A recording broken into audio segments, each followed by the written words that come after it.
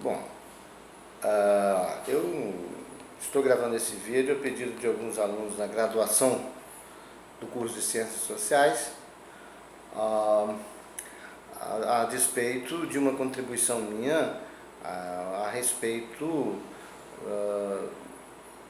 do debate em torno da economia verde, um pouco as razões que têm me levado, enquanto pesquisador, enquanto estudioso do tema, mas principalmente enquanto alguém que se preocupa com o meio ambiente e com as pessoas que estão com as comunidades, não só as comunidades indígenas e tradicionais, mas todos nós que, afinal de contas, nos encontramos nesse mesmo planeta, esse pequeno planeta nosso, né? O planeta Terra. Pois bem,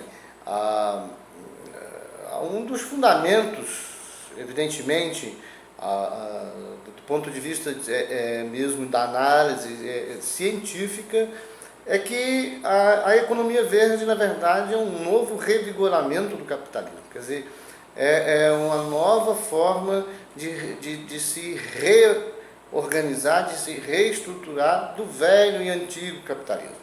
Como sempre se valendo dos recursos naturais, dos acessos à natureza, para poder, mais uma vez, se fortalecer.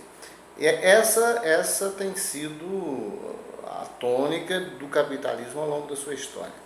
Nesse caso, que nós estamos chamando de economia verde, e que o nosso grupo daqui do Acre, a gente chama também de financeirização, porque o processo é de financeirização da natureza, quer dizer, transformar o que seria meramente econômico em elementos financeiros, ou seja, colocar os valores que são dados no processo de mercantilização da natureza, esses valores, jogar esses valores no mercado e, portanto, no mercado financeiro. Por isso, nós chamamos de financeirização. É muito mais do que a transformação da natureza em bem. É a transformação dos recursos naturais, da própria natureza, portanto, em ativos financeiros, em movimentações financeiras. Então, essa é a grande questão. E o grave é que isso tem se apresentado através de mecanismos como o RED, não é? Aqui no Acre nós temos o REN, que é uma modalidade de RED inicial, que já foi implantada a primeira fase, já está entrando na segunda fase. E aí, concretamente, isso são falsas soluções. Isso não representa o essencial do que a gente precisa fazer, que é a mudança de hábito, que é a mudança no sentido de consumir menos, né? E no sentido de pensarmos o nosso planeta, essa nossa casa comum, como sendo realmente de todos nós, e não de alguns privilegiados que acham que são donos e que então podem fazer e desfazer disso a seu bel prazer. Isso é a razão pela qual o nosso posicionamento tem sido um posicionamento crítico, e um posicionamento, inclusive, vai além da crítica, porque nós estamos denunciando a apropriação indevida de bens que são comuns a todos nós, por parte de alguns. Esses alguns fazem um discurso, inclusive, ambientalista, mas indigenista, ambientalista e outros istas aí. Mas, efetivamente, o que eles estão fazendo é uma apropriação dos bens comuns, apropriação daquilo que é de todos nós, como se fosse exclusivamente deles. E, nesse sentido, a gente que é da Igreja Católica, que faz um trabalho junto com o CIMI, a gente toma por base, por exemplo, as preocupações do Sumo Pontífice, o nosso Papa, o Papa Francisco, que inclusive na sua encíclica Laudato Si, louvado seja,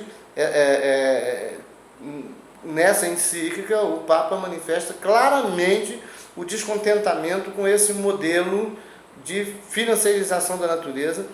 Inclusive, ele cita textualmente a questão do mercado de carbono, os créditos de carbono, que nós chamamos de crédito de poluição, que é o direito que as empresas e os governos adquirem para seguir poluindo.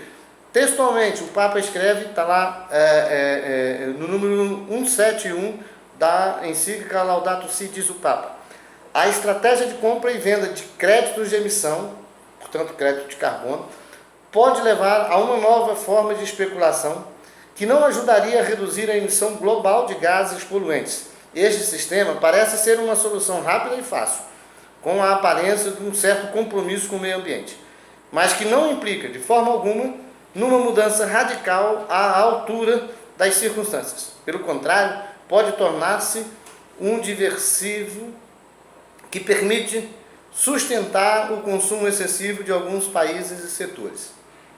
Fecha aspas, palavras do Papa no número 171 da encíclica Laudato Si.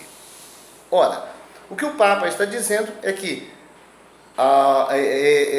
mecanismos como o RED e pagamentos por serviços ambientais são, na verdade, uma farsa, falsas soluções, que ao invés de ajudar e contribuir com a solução dos problemas, vai agravá-los, porque nós estamos concentrando cada vez mais esses recursos na mão de poucos. O pior, essas empresas estão adquirindo créditos para continuar poluindo, ou seja, adquirindo o direito de seguir poluindo e inclusive de aumentar a poluição. Qual seja, não se fala em redução de emissões. Os mecanismos de RED e todos os demais vinculados aos mecanismos de compensação, na verdade, são instrumentos para poder fazer com que as empresas e países do norte, países desenvolvidos, sigam aumentando a sua poluição, sem sofrer nenhum tipo de restrição, nem mesmo um constrangimento. O grave é que nós temos, por exemplo, no nosso país, e aqui no nosso caso do Acre, nós temos organizações não governamentais, nós temos o próprio governo do estado do Acre, nós temos setores todos envolvidos nessa farsa. E divulgando essa verdadeira farsa, o que o Papa chama de falsa solução, não é? Divulgando essas falsas soluções como se fossem soluções. E isso é gravíssimo. Então, no nosso entendimento, e é o que nós estamos falando e vamos seguir falando, no nosso entendimento, além dessas serem falsas soluções, esses mecanismos que estão sendo apresentados constituem uma verdadeira farsa, e aí, portanto, nós estamos falando de crime contra a população, crime contra as populações tradicionais. Ainda que junto, para incentivar, apoiar e dar um ar de normalidade, tenha seringueiros, tenha indígenas, e tenha lideranças comunitárias vendidas, que estão recebendo parte de recursos, recebendo dinheiro para poder entregar a natureza na mão desses falsários. Sim, e quem vende falsas soluções é estelionato. Então nós estamos diante de governos, de organizações não governamentais, de lideranças comunitárias, mas principalmente estamos diante de empresas que estão praticando contra o povo, não só do Acre, mas do Brasil e também do mundo, o estelionato. Nós estamos sendo vítimas desse grande estelionato liderado pelo capitalismo. Então, eu vou encerrando essa parte do vídeo e, se necessário, volto a tratar depois do tema de maneira mais direta, segundo o que for necessário. Mas eu, por hora, eu diria a todos que leiam e reflitam os números 171, mas também o número 169, 170 e 172 da encíclica papal Laudato Si. Ali vai está manifesta a compreensão e o entendimento do Papa com relação à financiarização da natureza, os mercados de carbono, pagamento por serviços ambientais e, naturalmente, as falsas soluções.